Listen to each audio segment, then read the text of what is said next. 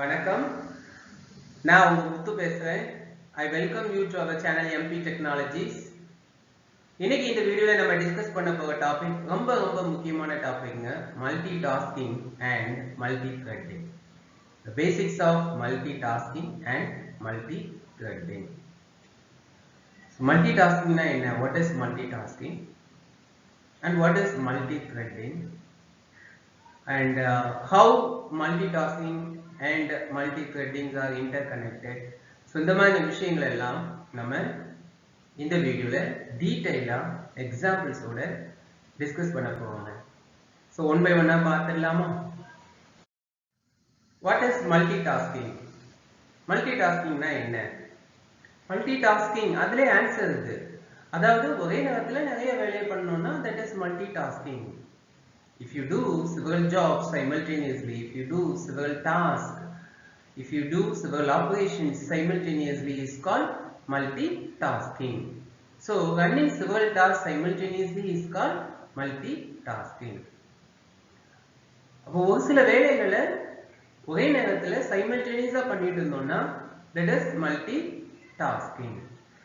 Okay, இப்போ music கேட்டுக்கிட்டே நம்ம எழுதிக்கிட்டு இருக்கோம். அப்போ கேட்டுட்டு இருக்கோம் and எழுதிட்டு இருக்கோம். So ரெண்டு டாஸ்கை simultaneously பண்றோம் இல்லையா? That is multitasking. So இது மல்டிடாஸ்கிங்க்கு best example, very best example அப்படின்னு சொன்னா யார் சொல்லலாம்னா அவர் மாம்,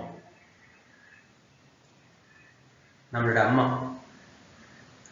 ஸோ அவங்க பண்ணக்கூடிய மல்டிடாஸ்கிங்க்கு ஈடு இணையா வேற எதுவுமே கிடையாதுங்க. உண்மையிலே ரொம்ப interesting. It will be very quite interesting, ரொம்ப குவைட் இன்ட்ரெஸ்டிங்.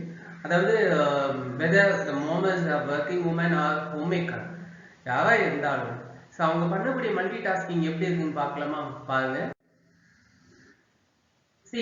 காலையில எழுந்திரிச்ச உடனே மம்மி பண்றது என்ன அப்படின்னா, மாம் பண்ணுவாங்க, என்ன பண்ணுவாங்க அப்படின்னா, காலையில பிள்ளைங்களா இருக்கட்டும் இல்லைன்னா அப்பாவா இருக்கட்டும், முதல்ல கொடுக்கறது என்னது உங்களுக்கு, காஃபி ஆர் டீ, இல்லைன்னா ஏதாவது ஹெல்த் ட்ரிங்க்ஸ் இல்லையா?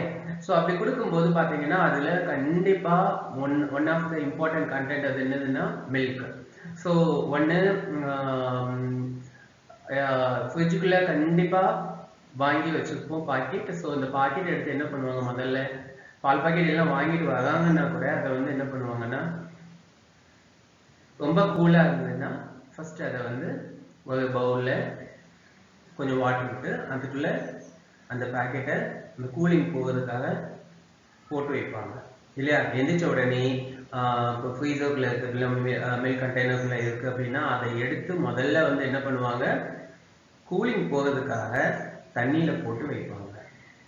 ஸோ ரெண்டாவது வந்து மாம் என்ன பண்ணுவாங்க அப்படின்னா, பிள்ளைங்க அப்போ அப்பா அவங்களும் ஒர்க் போவாங்க அப்படின்னா இப்போ கண்டிப்பா வந்து பிள்ளைங்களுக்கு வந்து என்ன பண்ணுவாங்கன்னா ஹீட்டர் போட்டு விட்டுருவாங்க. ஹீட்டர் போட்டு ஹீட்டர் ஆன் பண்ணி விட்டுருவாங்க. ஏன்னா ஹாட் வாட்டர் வேணும் குடிக்கிறதுக்கு சின்ன பிள்ளைங்க அப்படின்னா அதுக்கு வந்து என்ன பண்ணுவாங்க, ஹீட்டர் ஆன் பண்ணி விடுவாங்க. ஸோ அங்கே பாருங்க, அது மில்க் பாக்கெட்டை வந்து தண்ணிக்குள்ள போட்டிருக்காங்க, அடுத்து ஹீட்டர் போட்டிருக்காங்க. அடுத்து என்ன பண்ணுவாங்க அப்படின்னா, ஆப்வியஸ்லி மார்னிங் டிஃபன் வந்து ஒரு இட்லியா இருக்கட்டும் இல்லைன்னா தோசை இந்த மாதிரி தான் வந்து ப்ரிப்பேர் பண்ணி மார்னிங்ல வந்து என்ன வேலைக்கு போகணும், பிள்ளைங்க ஸ்கூல் போகணுங்கும்போது பசங்க ஸ்கூல் போகிறாங்க அப்படின்னா கண்டிப்பா ஈஸியா பண்ணக்கூடிய ஒரு டிஃபன் வந்து இட்லி தோசை. ஸோ இப்போ இட்லி பண்றாங்க அப்படின்னா டக்குன்னு என்ன பண்ணுவாங்க, இட்லி பாத்திரத்தை எடுத்து அடுப்பில் வச்சு தண்ணி ஊற்றி வச்சு அதை கொதிக்க விடுவாங்க. ஸோ அடுத்து வேணும் லஞ்சு, பிள்ளைங்களுக்கு லஞ்ச் கொடுத்து விடணும் பசங்களுக்கு. ஸோ அப்போ என்ன பண்ணுவாங்க, ஆட்டோமேட்டிக்காக ரைஸ் குக்கர் எடுத்து வைப்பாங்க. ஏன்னா குக்கர் யூஸ் பண்ண மாட்டாங்க அப்படின்னா பாத்திரத்தை எடுத்து தண்ணி ஊற்றி வைப்பாங்க. ரைஸ் குக்கர்னா உங்களுக்கு பாத்திரம், அந்த பாத்திரத்தில் தண்ணி எவ்வளவு ரைஸ் அப்படிங்கிறத போட்டு இன்னொரு அடுப்பில் வச்சுடுவாங்க. சைமல்டேனியஸா என்ன பண்ணுவாங்கன்னா கடகடன்னு லஞ்சுக்கு என்ன குழம்பு வைக்கணுமோ இல்லை என்ன காய் கூட்டு வைக்கணுமோ அதுக்கு வந்து என்ன பண்ணுவாங்க, காய் நறுக்க ஆரம்பிச்சிருவாங்க. ஸோ பார்த்தீங்கன்னா இவ்வளவு வேலைகளை கடகடன் பண்றாங்க பாருங்க இல்லையா? So that is multitasking. So பாருங்க, process 1 cooling the milk, process 2 preparing hot water, process 3 cooking rice, process 4 making idli, process 5 cutting vegetables. So running several tasks simultaneously is called multitasking. அப்படிங்கிறது எவ்வளவு ஈஸியா prove ஆகுது பாத்தீங்களா? ஈஸியா இருக்கு இல்லையா? Okay, this is called multitasking. இன்னொரு விதம் இருக்கு பாருங்க.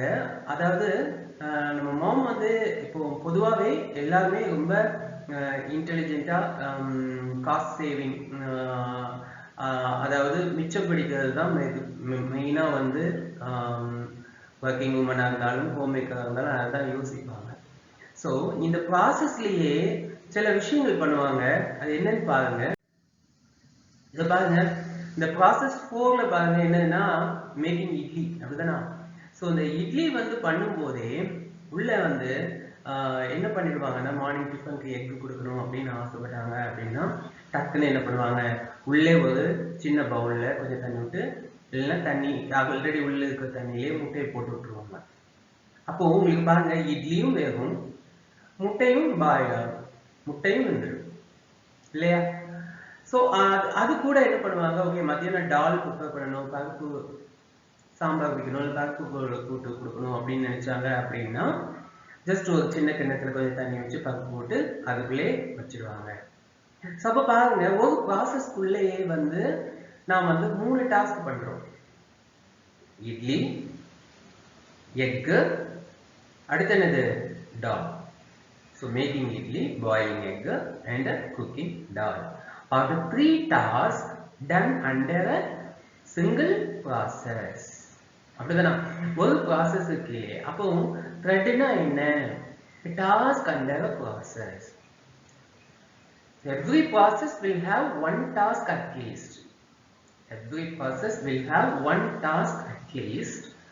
Okay, and if you do several tasks under a single process, that is called multi-threading.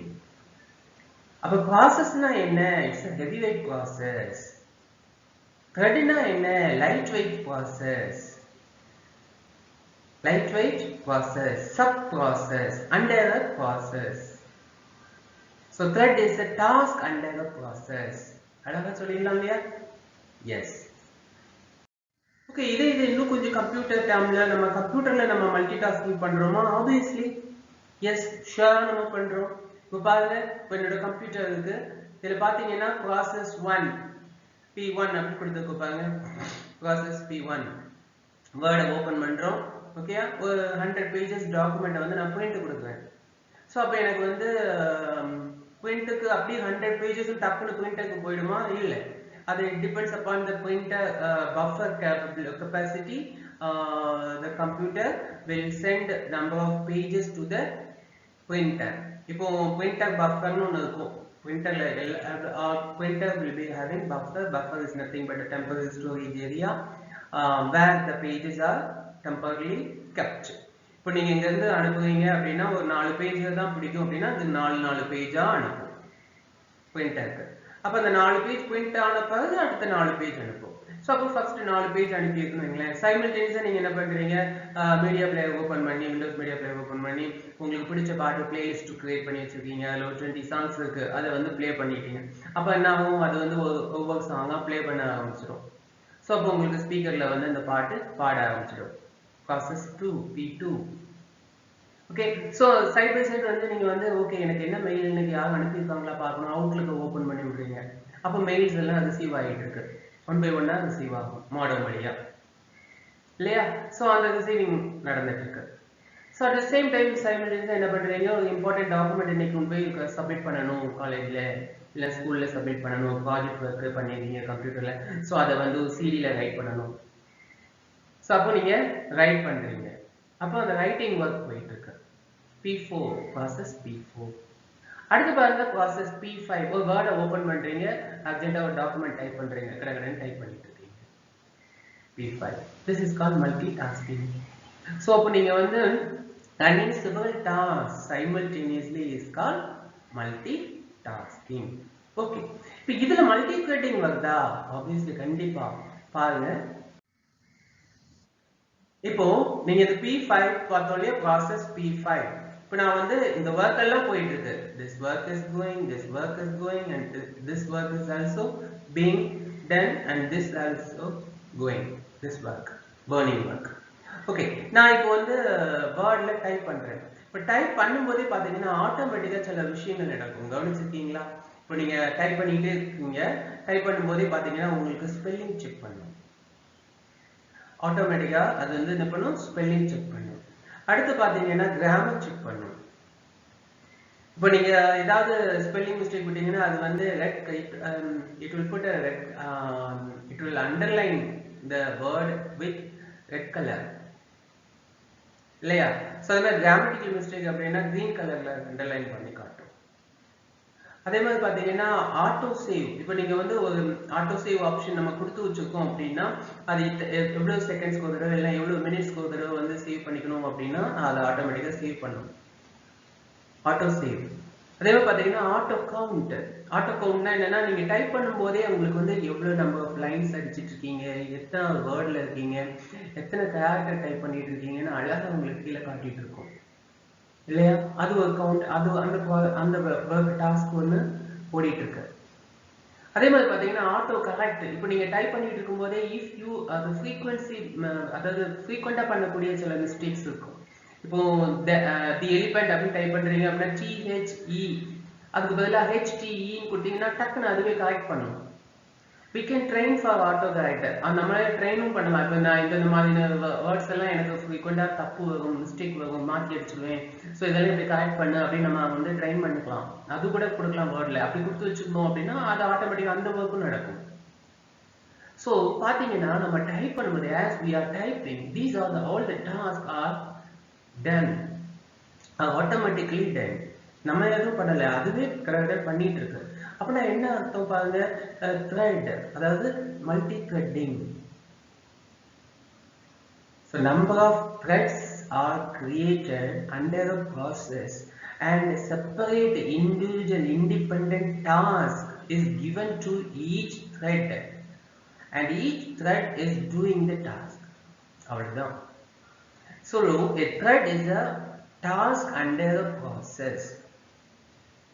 A number of threads can be created to a process and an independent task can be assigned to every thread in the process.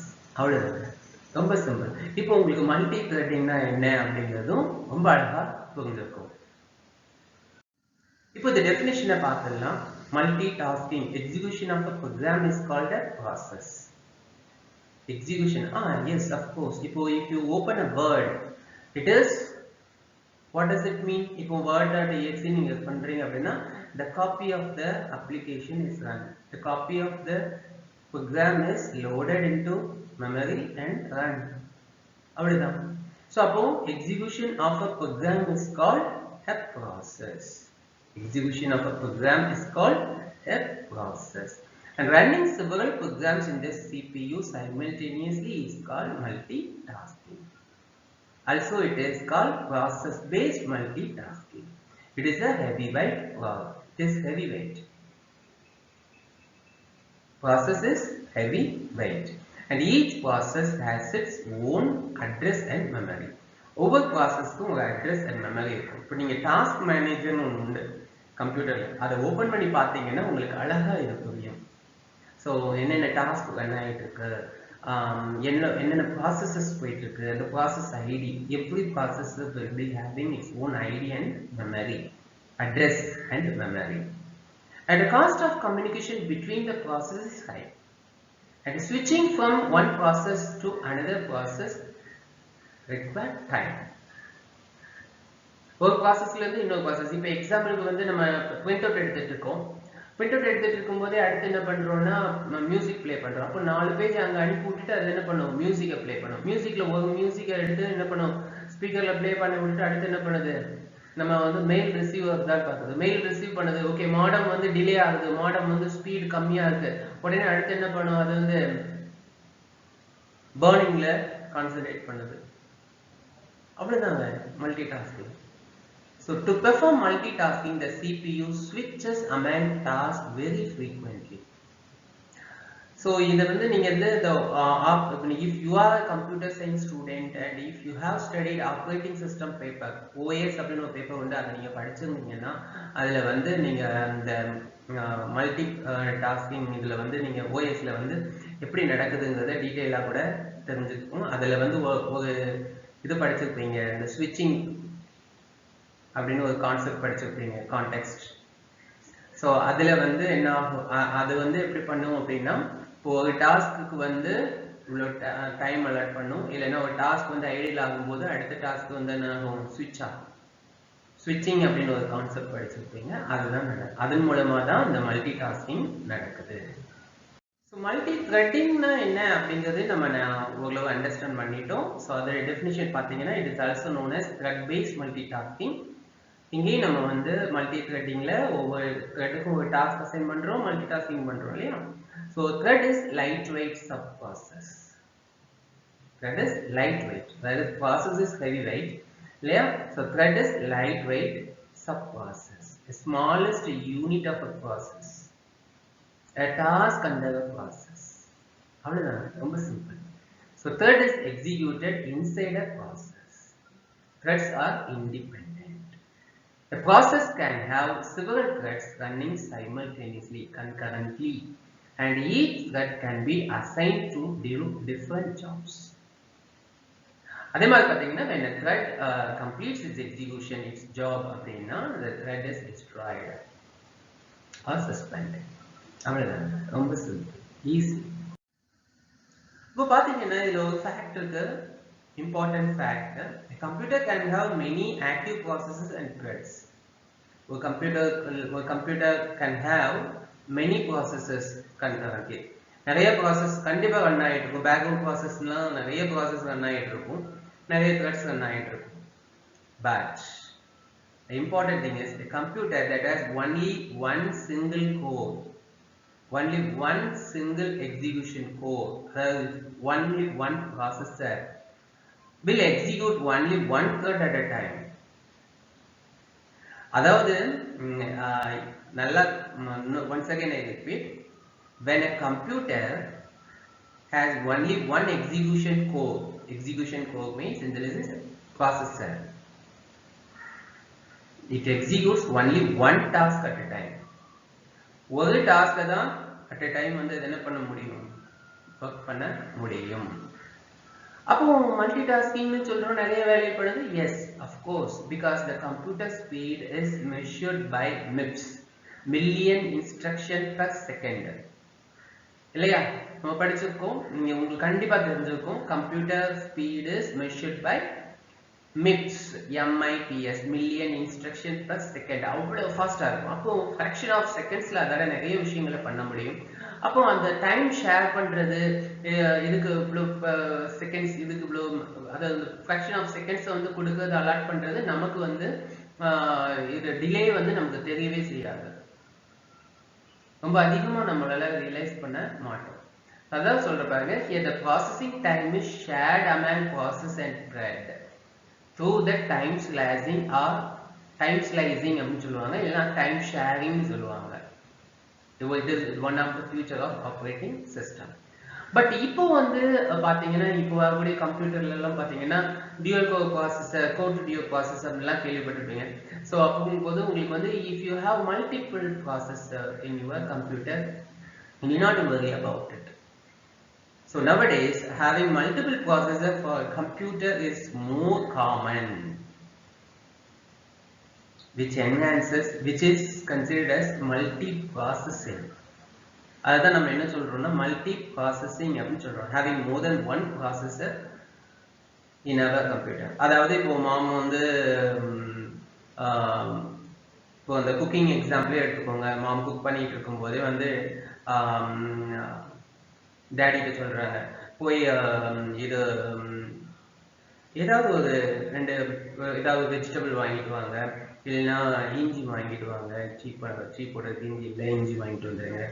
அந்த மாதிரி கடைக்கு அனுப்புவாங்க அப்படின்னா that is done by another processor இல்லையா. பையன்கிட்ட அவசரமா போயிட்டு கொத்தமல்லி தலை வாங்கிட்டு வந்துருக்கா, பக்கத்து வீட்டில் அக்காட்ட போய் வாங்கிட்டு வா அப்படின்னு சொன்னாங்கன்னா that is done by another process RAM. So that is which is called multi-processing. So if you have more than one processor, more than one execution core, the speed will be very high. அவ்வளவுதாங்க, ரொம்ப simple. So அதுதான் நான் இந்த last பாயிண்ட்ல சொல்லியிருக்கேன். நீங்க நல்லா பார்த்தீங்கன்னா தெரியும். Nowadays having multiple processors for a computer is very common. That enhances the concurrent execution of a process and threads. அவ்வளவுதான். பாருங்க, அப்போ multitasking, multi-threading அதோட டிஃபரன்சஸ் புரிஞ்சுக்கோங்க. Multitasking allows to execute multiple processes, programs simultaneously, whereas multitasking allows to execute multiple tasks simultaneously under a single process.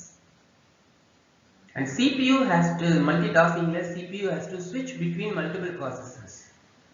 Inga CPU has to switch between threads. அதே மாதிரி மல்டிடாஸ்கிங்ல பாத்தீங்கன்னா allocate separate memory and resources for every process. For each process it allocates separate memory and resource. Whereas multi-threading என்ன நடக்குது பாருங்க, shares the same memory and resources as belong to the same process. அவ்வளவுதாங்க, ரொம்ப simple, ஈஸியா இருக்கு இல்லையா?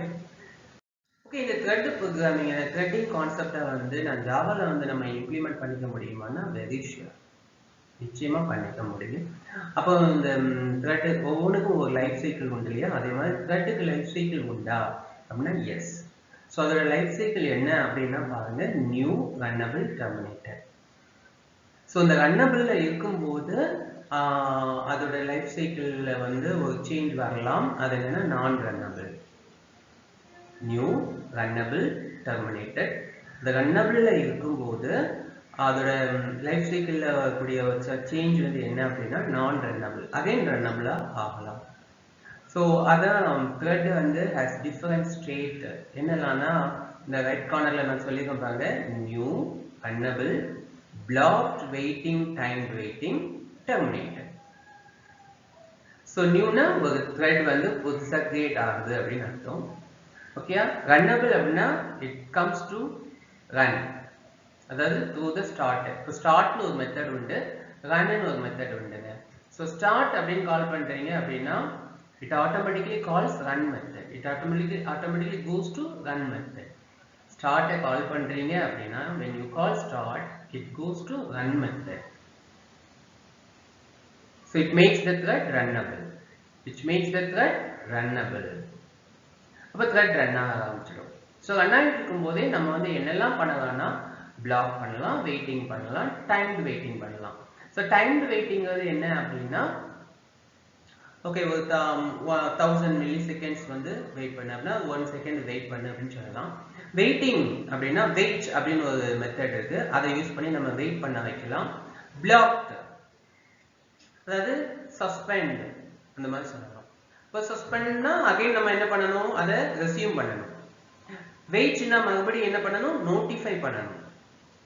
Time waiting தேவையில்லை, நம்ம எவ்வளவு டைம் சொல்றோமோ அந்த டைமுக்கு அது வெயிட் பண்ணிட்டு மறுபடியும் ஆட்டோமேட்டிக்கா அதோட எக்ஸிகியூஷனை கண்டினியூ பண்ண ஆரம்பிச்சிடும்.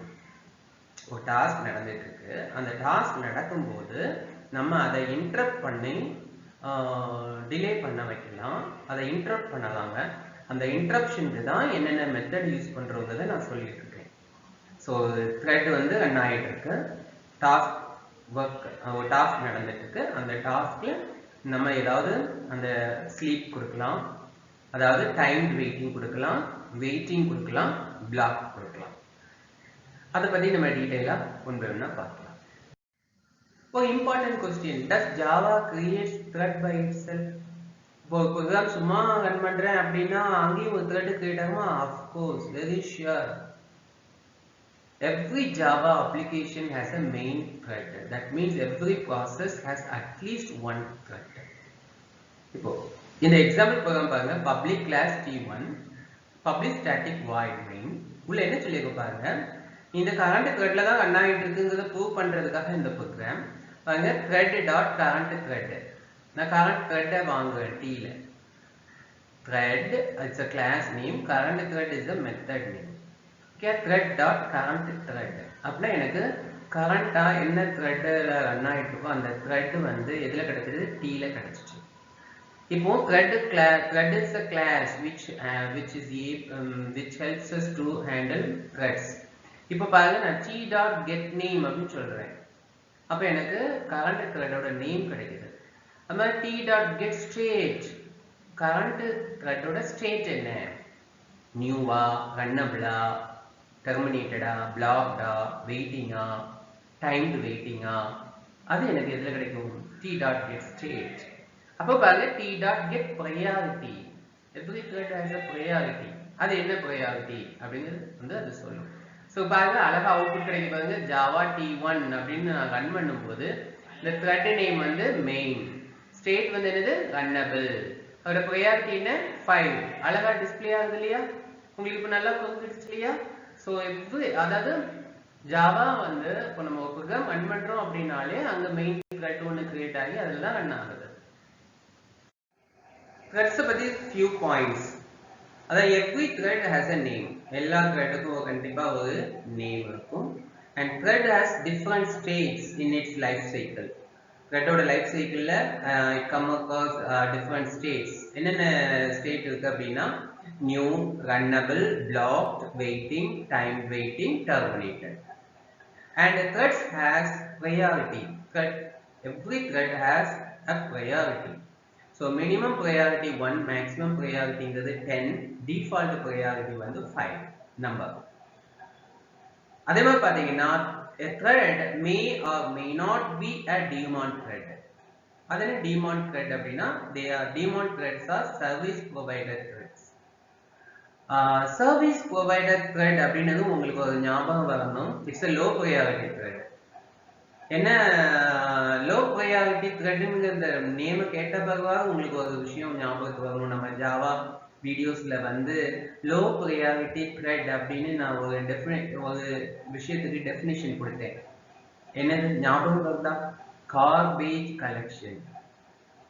That is a service provider thread which is gained by JVM. Java virtual machine பத்தி நம்ம பார்க்கும்போது it supports for garbage collection. So garbage collection is a low priority thread which provides a service. In a service, it deletes unused objects and it clears it frees up the memory when the memory resource is full. It gets activated automatically and deletes unused objects. பார்த்தோமா? ஞாபகம் வருதா உங்களுக்கு? So அதுதான் என்ன சொல்றோம்? daemon thread அப்படின்னு நம்ம சொல்றோம். நம்ம ஒரு daemon thread கிரியேட் பண்ண முடியுமான்னா பண்ணிக்கலாம். set daemon true சொல்லிட்டோம் அப்படின்னா that thread automatically becomes as a daemon thread. And threads can be synchronized. So சைமல்டேனியஸாக நடக்க வேண்டாம். இந்த த்ரெட் ரன் ஆகும்போது இதுக்கு எந்த இன்ட்ரப்ஷனும் வரக்கூடாது, வேற எந்த ஒர்க்கும் இது பண்ணக்கூடாது, இதுக்கே ஃபுல்லாக டெடிகேட் பண்ணி ஃபுல்லாக அந்த ஒர்க் முடிச்சுட்டு தான் போகணும் அப்படின்னா சிங்க்ரனைஸ் பண்ணிக்கலாம். ஸோ அதாவது பப்ளிக் சிங்க்ரனைஸ்டு வாய்ட் ரன் அப்படின்னு சொல்லிட்டோம் அப்படின்னா it will get no interruption. அவ்வளோதான். ஸோ என்னோட ஜாவா ப்ரோக்ராமில் நான் வந்து த்ரெட்டை இம்ப்ளிமெண்ட் பண்ணிக்கணும்னா what are is the ways அப்படின்னா there are 2 ways to implement thread concept. thread concept implement பண்றதுக்கு ரெண்டு விதமா பண்ணிக்கலாம். எப்படின்னா by creating a subclass to the built-in class thread. built-in class thread னு ஒரு class இருக்கு. அந்த classக்கு நம்ம என்ன பண்ணிக்கலாம்? ஒரு subclass create பண்ணி we must override the run method. அப்படி இல்லைன்னா our class can implement the runnable interface. By implementing the runnable interface in our class. Now a class create பண்றேன். That class must implement the runnable interface. So நான் runnable interface வந்து implement பண்றேன்னா கண்டிப்பா உள்ள என்ன பண்ணணும்? I must implement the run method. அவ்வளவுதான். ரொம்ப simple, easy. So the thread class அப்படின்னா அப்ப அந்த கிளாஸுக்கு constructors, methods, properties எல்லாம் இருக்கும் இல்லையா? Yes, obviously இருக்குது. So அதை சின்னதா ஒரு go through. ஒன்றும் இல்லை, threadனா the thread class implements runnable interface. நல்லா கேட்டுக்கோங்க. thread class itself implements the runnable interface. அதனால நம்ம by extending a new class to subclass to thread class we automatically override the run method. அவ்வளவுதான். So இந்த த்ரெட்டுக்கு வந்து constructor பார்த்தீங்கன்னா thread empty constructor இருக்கு. அதே மாதிரி பார்த்தீங்கன்னா ஸ்ட்ரிங் நேம் நம்ம த்ரெட்டுக்கு நேம் கொடுத்துக்கலாம். அடுத்து ரன்னபிள், ஸோ ரன் மெத்தட் எங்கே இருக்குது அப்படிங்கிறதையும் நம்ம ஸ்பெசிஃபை பண்ணி சொல்லிக்கலாம். ஸோ அதை எக்ஸாம்பிளில் நம்ம பார்க்கும்போது உங்களுக்கு ஈஸியாக புரியும். அதுவே பார்த்தீங்கன்னா இதில் மெத்தட்ஸ் அப்படின்னு எடுத்தீங்கன்னா நிறைய மெத்தட்ஸ் இருக்குது. நான் கொஞ்சம் மெத்தட்ஸ் சொல்லியிருக்கேன். Public void run very important method. Because இங்கே தான் நம்ம வந்து என்ன action to be performed is defined in run method. What task it is to be done அதை வந்து நம்ம எங்கே தான் மெயினாக பண்ணுவோம், run method பண்ணுவோம். Start வந்து automatically calls the run method. It starts the execution of the thread. So JVM calls the run method on the thread. அவ்வளோதாங்க. sleep சொன்னோம் இல்லையா, timed waiting. So it causes the current execution thread to sleep. To wait. அவ்வளவுதான். நம்ம join வந்து wait for the thread to die. நம்ம பாருங்க join long millisecond இவ்வளவு செகண்ட்ஸ்க்கு அப்புறம் வந்து என்ன பண்ணு wait for the thread to die for the specified milliseconds. So அடுத்து பார்த்தீங்கன்னா get priority. இந்த threadோட priority என்ன, set priority செட் பண்ணிக்கலாம். நம்ம get name retrieves the name of the thread. Set name sets the name to the thread. Current thread இப்போ என்ன ஆயிட்டு thread return பண்ணும் அந்த ஆப்ஜெக்ட்டை வாங்கிக்கிறதுக்கு. Get ID, every thread has an ID. அந்த ஐடியை வந்து ரிட்டர்ன் பண்றதுக்கு get ID. Get state, what is the state of the thread, current state என்ன ரிட்டர்ன் பண்ணும். Is alive, whether the thread is alive or not, boolean value return பண்ணும்.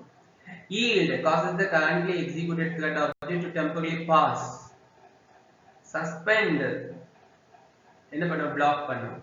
Resume மறுபடி suspended thread மறுபடி என்ன பண்ணும், ஆக்டிவேட் பண்ணிடும். Stop is used to stop the thread. ஆனா இப்போ வந்து எக்ஸிட் பண்ணிக்கலாம். interrupts the thread is interrupted, அப்போ interrupted. அம்மா இதுல முக்கியமான ப்ராப்பர்ட்டிஸ் பாத்தீங்கன்னா min property, min priority, max priority, norm priority. So minimum priority என்ன 1, maximum priority 10, norm அதாவது default priority என்னது 5. இப்போ டீமான் த்ரெட்னா என்ன, it's a service provider thread அப்படின்னு சொன்னேன் இல்லையா. ஸோ அந்த சர்வீஸ் ப்ரொவைடர் பற்றி நான் அப்பவே நான் சொல்லிட்டேன், இட்ஸ் லோ ப்ரையாரிட்டி த்ரெட் இல்லையா. JVM itself has some demand threads like garbage collection and finalizer. So ஒரு த்ரெட்டை வந்து டிமாண்ட் த்ரெட்டாக செட் பண்ணிக்கணும் அப்படின்னா செட் டிமாண்ட் சொல்லிக்கலாம். அப்போ அது டிமாண்ட் த்ரெட்டாக இல்லையான்னு செக் பண்ணுறதுக்கு ஈஸ் டிமாண்ட் ஒரு மெத்தட் இருக்குது, அதை யூஸ் பண்ணிக்கலாம். ரொம்ப ஈஸி. ஸோ இப்போ மல்டி த்ரெடிங் வச்சு ஒரு குட்டி ப்ரோக்ராம் பண்ணலாமா, பண்ணிடலாம். ரொம்ப ஈஸி. பாருங்க இந்த அவுட்புட்டை பார்த்தீங்கன்னா உங்களுக்கு புரியும். ஸோ ஒரு விண்டோ, அந்த விண்டோக்குள்ள வந்து ஒரு பால் வந்து பவுன்ஸ் பண்ணுறோம், மூவ் பண்றோம். அது எந்தெந்த எட்ஜுக்கு அது 4 எட்ஜஸ்லயும் வந்து போய் மீட் பண்ணும்போது ஆட்டோமேட்டிக்கா அது பவுன்ஸ் ஆகிற மாதிரி பண்ணியிருக்கோம். அடுத்து பாத்தீங்கன்னா அந்த பாலோடு சேர்த்து ஒரு கவுண்டர் வேரியபிளும் வந்து என்ன பண்ணுதுன்னா வேல்யூ இன்க்ரீஸ் பண்ணிட்டே போகுது. ஒரு கவுண்டர் கொடுக்குது, சைமல்டேனியஸா பால் மூவ் ஆகுது. ஸோ இங்க பாத்தீங்கன்னா main thread name main, okay, thread t name. நான் இங்க வந்து 3 thread ஆக்சுவலா. சோ ஃபர்ஸ்ட் வந்து என்னோட மெயின் ப்ரோக்ராம், அதோட அந்த thread name என்ன மெயின். அடுத்து வந்து பால் பவுன்ஸ் பால் மூவ் ஆகுது இல்லையா, அது வந்து thread 2. அடுத்து வந்து கவுண்டர் போடுறோம், அது வந்து என்னது thread 3. இப்போ இது உங்களுக்கு நம்ம எப்படி ப்ரோக்ராம்ல கொண்டுட்டு வரோம் அப்படிங்கறத சிம்பிளா ஒரு எக்ஸாம்பிள்ல பார்த்துடலாம். ஸோ பாருங்க, பார்க்கறதுக்கு உங்களுக்கு ப்ரோக்ராம் பெருசாக தெரிஞ்ச மாதிரி இருக்கும், ஒன்றுமே இல்லை. அந்த கோடிங்கை கோ த்ரூ பண்ணீங்கன்னா ரொம்ப ஈஸி, இவ்வளோதானா அப்படின்னு இருக்கும். So public class thread ex extend jframe. So jframe போது உங்களுக்கு ஒரு விண்டோ கிடைச்சிடும். நம்ம என்ன பண்ணுறோம்னா implements runnable. This is important, இதுக்கு தான் நம்ம அந்த ப்ரோக்ராமை எழுதுவோம். implements runnable கொடுத்துட்டாலே அங்கே கண்டிப்பாக பப்ளிக் வாய்ட் ரன் வந்துடணும். இந்த வந்துட்டு பப்ளிக் வாய்ட் ரன் வந்துடுச்சு இல்லையா. ஸோ பாருங்க, இங்க வந்து நம்ம என்ன பண்ணியிருக்கோம் அப்படின்னா ஏதோ XY வேல்யூ தான் வச்சிருக்கோம். அதெல்லாம் ரொம்ப சிம்பிள், அதை நீங்க கோ த்ரூ பண்ணீங்கன்னா புரியும், அதை எக்ஸ்பிளைன் பண்ணணும்னு அவசியம் இல்லை. ஏன்னா அந்த எட்ஜுக்கு போகும்போது டாப் லெஃப்ட் ரைட் பாட்டம் இந்த 4 இடத்துக்கும் போகும்போது அது என்ன பண்ணணும், பால் அதுக்கு மேல போகாம டக்குன்னு பவுன்ஸ் ஆகி அதோட பவுன்ஸ் ஆகி உள்ளுக்குள்ளே மூவ் ஆகணும் விண்டோக்குள்ளே. அதுக்காக தான் ஒரு சின்ன லாஜிக்கை யூஸ் பண்ணியிருக்கேன். அந்த லாஜிக்கை நீங்க படிச்சு பார்த்துக்கோங்க, ஈஸி. ஸோ அதை வந்து நான் இப்போ எக்ஸ்பிளைன் பண்ண இந்த ப்ரோக்ராமை எழுதல. முக்கியமா எப்படி த்ரெட்டிங் பண்றோம், மல்டி த்ரெட்டிங் எப்படி பண்றோம் அதை பார்க்கறதுக்காக தான். ஸோ பாருங்க, இங்க வந்து இந்த thread ex கன்ஸ்ட்ரக்டருக்குள்ள set size 400 400, என்னோட விண்டோட சைஸ் வந்து 400 400 அப்படின்னு சொல்லியிருக்கேன். ஸோ எனக்கு இந்த மாதிரி டிஸ்பிளே ஆகுது. அடுத்து set default close operation, அதெல்லாம் ஈஸி. set visible true, அப்போ இந்த விண்டோ வந்து டிஸ்பிளே ஆயிடுது. நான் பாருங்க system.out.println main thread name அப்படின்னு சொல்லி மெயின் த்ரெட்டோட நேம் thread.current.get name, அப்போ எனக்கு மெயின் அப்படின்னு கிடைச்சிட்டு இல்லையா. அதே பாருங்க, நான் வந்து என்ன சொல்றேன், t is equal to new thread of this. t னா என்னது, thread t. நான் சொன்னேன் thread, அதாவது you can implement thread program in two ways: by creating a subclass to the thread class, இன்னொன்னு என்னது, by implementing the runnable interface. so இங்க என்ன பண்ணிருக்கோம், runnable interface implement பண்ணிருக்கோம் இல்லையா.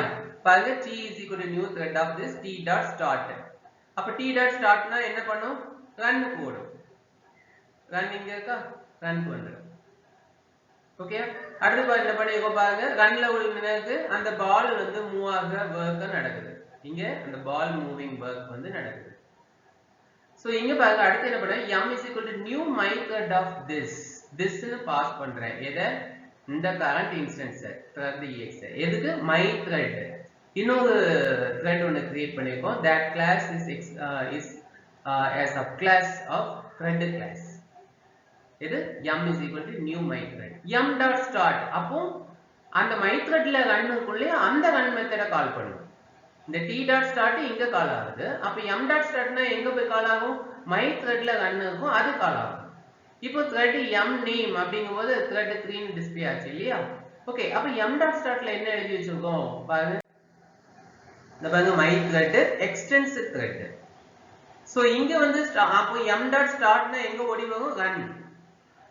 இங்க என்ன பண்ணிருக்கோம், அந்த கவுண்டர் 1 2 3 4 5 னு கவுண்டர் ஓடுது இல்லையா. சோ அந்த கவுண்டரை வந்து கொடுக்கிறது ப்ராசஸ், அந்த டாஸ்கை எது கொடுத்திருக்கோம், இந்த த்ரெட் கொடுத்திருக்கோம்.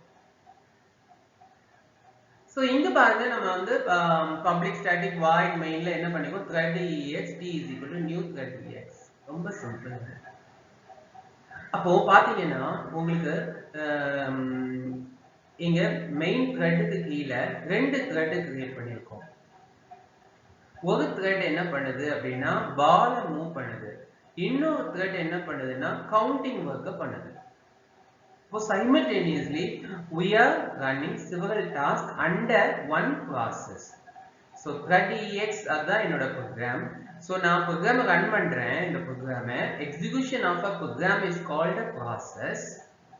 Every process will have one main thread. So under the main process, I create two sub processes, two lightweight processes for bouncing the ball, for moving the ball, as well as counting work. Easier புரியுதுலையா? Yes, அவ்வளவுதாங்க, simple multi threading. அப்போ multi த்ரெடிங்னா இந்த மாதிரி பால் move பண்றதுக்கும் கவுண்டிங்க்கும் தான் நம்ம use பண்றோமா? No. So இந்த multi த்ரெட்டிங்கை பாருங்க, ரொம்ப இன்னும் கொஞ்சம் நல்ல டெப்தா அழகா அண்டர்ஸ்டாண்ட் பண்ணிக்கலாம். வெப் அப்ளிகேஷன் இருக்குன்னு வச்சுக்கோங்களேன். இப்போ நம்ம வந்து இப்போ ஒரு ரிசல்ட் பார்க்குறோம், இப்போ +2 ரிசல்ட் ஆகட்டும், இல்லைன்னா யூனிவர்சிட்டி எக்ஸாம் ரிசல்ட் ஆகட்டும், நம்ம பார்க்குறோம் அப்படின்னா நம்ம உடனே வெப்சைட்டுக்கு தானே போகிறோம் இல்லையா. ஸோ இப்போ tnresults.in இல்லைன்னா இப்போ அண்ணா யூனிவர்சிட்டி வெப்சைட் ரிசல்ட் அப்படின்னா annauni.edu போய் நம்ம ரிசல்ட்டை பார்க்குறோம். ஸோ அப்போ நம்ம முதல்ல என்ன பண்ணுறோம்னா, நமக்கு வந்து ரிசல்ட்னு கிளிக் பண்ண உடனே நம்மகிட்ட என்ன கேட்கும், நம்மளோட ரெஜிஸ்டர் நம்பரும் டேட் ஆஃப் பர்த்தும் இல்லையா. Register number, date of birth. இப்போ நீங்கள் register number, date of birth கொடுத்து கெட் ரிசல்ட்டோ பட்டன் இருக்கும், அதை கிளிக் பண்ண உடனே உங்களுக்கு என்ன வந்துடும், டாங்கன ரிசல்ட் வந்துடும். உங்கள் ரிசல்ட் என்ன அதை எடுத்துகிட்டு வருது. ரைட், இன்டர்னலாக என்ன நடக்குது அதை பார்க்கலாமா? ஸோ இப்போ பாருங்க, நீங்க வந்து ஒரு ரெக்வஸ்ட் கொடுக்கீங்க அப்படின்னா நீங்க இப்போ உங்களோட ரெஜிஸ்டர் நம்பர் டைப் பண்றீங்க, உங்களோட டேட் ஆஃப் பர்த்தை வந்து டைப் பண்ணிட்டு கெட் ரிசல்ட் அப்படின்னு கிளிக் பண்றீங்கன்னு வச்சுக்கோங்களேன். அப்போ என்ன நடக்குதுன்னா, you are actually pudding a request to a server. That server is called HTTP server. Okay, ஒரு சர்வருக்கு உங்களோட ரெக்வஸ்ட் போகுது. அங்க ஒரு ப்ரோக்ராம் அங்க இப்போ ஒரு ப்ரோக்ராம் தான் என்ன பண்ணுது, உங்களோட ரிசல்ட்டை எடுத்து கொடுக்குது. அந்த ப்ரோக்ராம் என்ன சொல்றோம் அப்படின்னா சர்வர் சைட் ப்ரோக்ராம் அப்படின்னு நம்ம சொல்றோம். அந்த சர்வர் சைட் ப்ரோக்ராமை வந்து எப்படி டெவலப் பண்ணியிருக்காங்கன்னா CGI அப்படிங்கிற ஒரு கான்செப்டை யூஸ் பண்ணி டெவலப் பண்ணியிருக்காங்க. இப்போ CGI கான்செப்டை யூஸ் பண்ணி நிறைய சர்வர் சைட் ப்ரோக்ராம் டெவலப் பண்ணியிருக்காங்க. ஸோ அதில் ஒன் ஆஃப் தம் இஸ் Perlன்னு வச்சுக்கலாம். PERL. Okay, practical extraction report language அப்படின்னு சொல்லுவாங்க. ஸோ ஜாவால எழுதிக்கலாமா? எஸ், ஜாவாலையும் நம்ம வந்து சர்வர் சைட் ப்ரோக்ராம் எழுதிக்கலாம். ஸோ இப்போ எக்ஸாம்பிளுக்கு Perl இருக்குன்னு வச்சுக்கோங்களேன். இப்போ get result.pl Perl ப்ரோக்ராமோட எக்ஸ்டென்ஷன் என்னது? இப்போ C ப்ரோக்ராமுக்கு .c, C++ program .cpp, Java ப்ரோக்ராம்னா .javaன்னு வைக்கோம்ல, அது மாதிரி Perlக்கு .plன்னு வச்சுக்கோங்க. இப்போ get result.pl அந்த ப்ரோக்ராம் தான் என்ன பண்ண போகுது, நம்மளோட ரிசல்ட்டை எடுத்து தர போகுது. நம்ம ரெஜிஸ்டர் நம்பரும் டேட் ஆஃப் பர்த் கொடுத்ததும் நம்ம ரெஜிஸ்டர் நம்பருக்கு என்ன ரிசல்ட் இருக்கோ அதை எடுத்து தர போகுது அந்த ப்ரோக்ராம். அப்ப அந்த ப்ரோக்ராம் நீங்க உங்களோட ரெக்வஸ்ட் வந்து சர்வருக்கு போன உடனே சர்வர் என்ன பண்ணும்னா, அந்த get result.pl ஃபைல் எங்க இருக்கும்? ஹார்ட் டிஸ்க்ல இருக்கும், இன்டர்னல் ஸ்டோரேஜ்ல இருக்கு இல்லையா? சோ அங்க இருந்து என்ன பண்ணுது, அந்த ப்ரோக்ராமை it loads to memory. Okay, so loads to memory na it starts its execution. அப்ப execution of a program is called a process. அப்ப என்ன ஆகுது, process P1 is created, get result.pl வந்து ரன் ஆகுது. அது என்ன பண்ணுது, உங்களோட ரெஜிஸ்டர் நம்பரையும் டேட் ஆஃப் பர்த்துக்கும் டேட்டாபேஸ்ல போய் செக் பண்ணி அது ரிசல்ட்டை எடுத்து உங்களுக்கு ரெஸ்பான்ஸா கொடுத்துருது. வெரி குட், முடிஞ்சிச்சு, சூப்பர், ஒர்க் ஆயிடுச்சு இல்லையா? சரி, இப்போ ரெண்டு பேர், இப்போ நான் மட்டும் இல்ல இன்னொருத்தவங்களும் கொடுக்காங்க. இப்போ ரிசல்ட்னா நான் மட்டும்தான் ரிசல்ட் பார்ப்பேனா? இல்ல, இன்னொருத்தவங்களும் கொடுக்காங்க. அப்ப இன்னொருத்தவங்க ரெக்வெஸ்ட் கொடுக்காங்கன்னு வைங்களேன், உடனே என்ன பண்ணும், the HTTP server again loads the program, it starts execution, a process is created and that process manipulate your request and gives response கொடுத்துட்டு. சரி, இன்னொருத்தவங்களும் கொடுக்குறாங்க. அப்ப என்ன ஆகும், again a new process is created to handle your request. Okay, for 3 requests 3 processes created. For 300 requests 300 processes are created. For 3000 requests 3000 processes are created. அப்போ எவ்வளவு load தான் தாங்கும்? It depends upon the capacity of the server. Okay, if it goes beyond the capacity of the server, what will happen? The end user will be getting a very serious delay to get response from the server. உண்டா இல்லையா? சில சமயங்கள்ல எப்பா server ரொம்ப பிஸியா இருக்கு, server ரொம்ப பிஸியா இருக்கு அப்படின்னு சொல்றோமே, என்ன நடக்குது? Internally this is happening. சரி, அப்போ நமக்கு வந்து இப்போ மல்டி த்ரெடிங்ல வந்து வெப் அப்ளிகேஷன் வந்து ஒர்க் ஆகுது அப்படின்னா என்ன நடக்குது பார்த்துடலாமா? ஸோ பாருங்க, இப்போ நம்ம வந்து ஜாவால ஒரு ப்ரோக்ராம் எழுதியிருக்கோம், get result.java. அதே இது. அப்போ get result.java வந்து என்ன ஆகுது, லோட் ஆகுது, it starts execution. Okay, a thread is created to handle the request. A thread is created, thread 1. அது என்ன பண்ணுது, அந்த ப்ராசஸ் கீழ ஒரு thread கிரியேட் ஆகுது, that thread is handling your request. Okay, அடுத்து செகண்ட் ரெக்வெஸ்ட் வருது. Okay, another thread is created under the same process. Again request வருது, no problem, another thread is created under the same process. Whereas the resources are shared. Resources are shared na என்ன meaning? நம்ம பார்த்தோம் இல்லையா, multi த்ரெட்டிங்ல வந்து the resources are shared அப்படினா, resources are shared na என்னன்னா, இப்போ எக்ஸாம்பிளுக்கு நம்ம get resultsனா ரிசல்ட் வந்து எடுத்துட்டு வருது டேட்டாபேஸ்ல இருந்துன்னு சொல்றோம் இல்லையா, அப்போ டேட்டாபேஸ் வந்து இங்க எக்ஸ்டர்னலா இருக்குது, டேட்டாபேஸ் DB. அதுல தான் ரெஜிஸ்டர்ட் நம்பர், அவங்களோட டேட் ஆஃப் பர்த், அவங்களுக்கு என்ன ரிசல்ட் அப்படிங்கிற டீடைல் எல்லாம் அங்க இருக்குது. அப்ப இந்த கெட் ரிசல்ட் என்ன பண்ணுது? சோ இதே இது perl ல பார்த்தோம், get result.pl னா என்ன பண்ணும்? every process will be establishing the connection with the database and retrieving the result இல்லையா? பட் இங்க வந்து the connection வந்து is done only once and retrieving is done depends upon the number of threads. Connection is done only once, ஒரே ஒரு வாட்டி தான் connection நடக்குது. So the same connection resource is shared by these threads.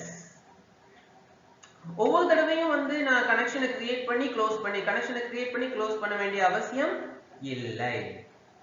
அதனால தான் ஜாவால வந்து objects are not deleted automatically. நம்ம பார்த்தோம் இல்லையா first objects are not deleted automatically. There is no destructor in Java.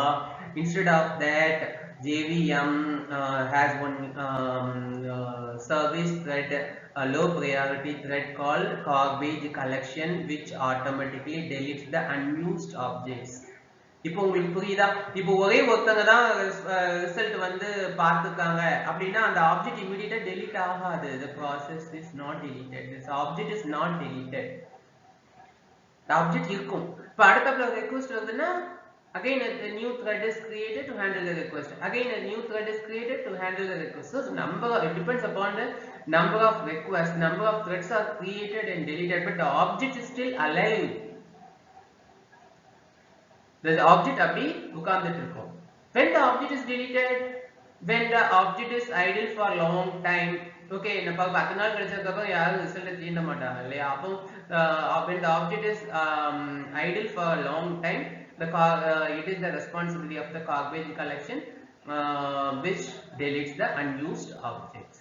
அவ்வளவுதாங்க, ரொம்ப சிம்பிள், ஈஸி. இப்போ உங்களுக்கு ஓரளவு நல்லா கிளியரா புரிஞ்சிருக்கும் மல்டி த்ரெட்டிங் இல்லையா? So why, what is a thread, what is the process, what is thread, what is multi threading, what is the difference between multitasking and multi threading, இது எல்லாமே உங்களுக்கு இப்போ கிளியரா புரிஞ்சிருக்கும் நான் நம்புறேன். ஸோ என்னோட இந்த வீடியோ பிடிச்சிருந்ததுன்னா ப்ளீஸ் லைக் பண்ணுங்க, ஷேர் பண்ணுங்க, மறக்காம சப்ஸ்கிரைப் பட்டனை கிளிக் பண்ணுங்க. நீங்க சப்ஸ்கிரைப் பட்டனை கிளிக் பண்ணீங்கன்னா தான் என்னோட அடுத்தடுத்து நான் போடக்கூடிய வீடியோக்கள்லாம் உங்களுக்கு ரீச் ஆகும் ஈஸியா. Please subscribe. நன்றி, தேங்க்யூ.